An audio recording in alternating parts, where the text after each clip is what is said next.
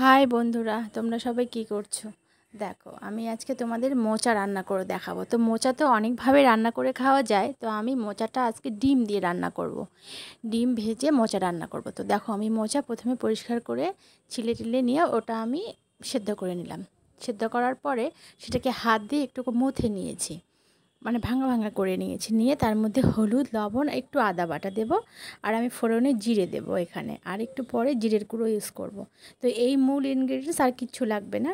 আর দুটো ডিম আমি এখানে লবণ দিয়ে ফেটিয়ে নিলাম, আর ডিমটাকে ঝুরি করে ভেজেও নিয়েছি। দেখো, ঝুরি করে ভাজা হয়ে গেছে।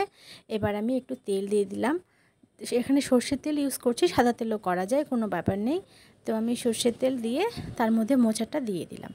তো এই যেটা আমি মোচাটা একটু মথে নিয়েছিলাম, সেই মোচাটা দিয়ে দিলাম। দিয়ে এখানে কম আঁচে রেখে মোচাটাকে আমি এরকম ঝুরঝুরে করে নেব। তো ঝুরঝুরে করার পরে আমি এখানে ডিমটাকে অ্যাড করব, ডিমের ঝুড়িটাকে অ্যাড করে নেব। প্রায় যখন মোচার জলটা একদম শুকিয়ে যাবে তখন ডিমটা অ্যাড করব।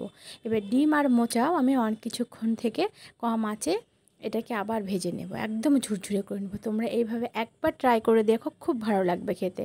মোচা তো অনেক খেয়েছো, কিন্তু এইভাবে খেয়ে দেখো, খুব ভালো লাগবে। বাই বাই বন্ধু।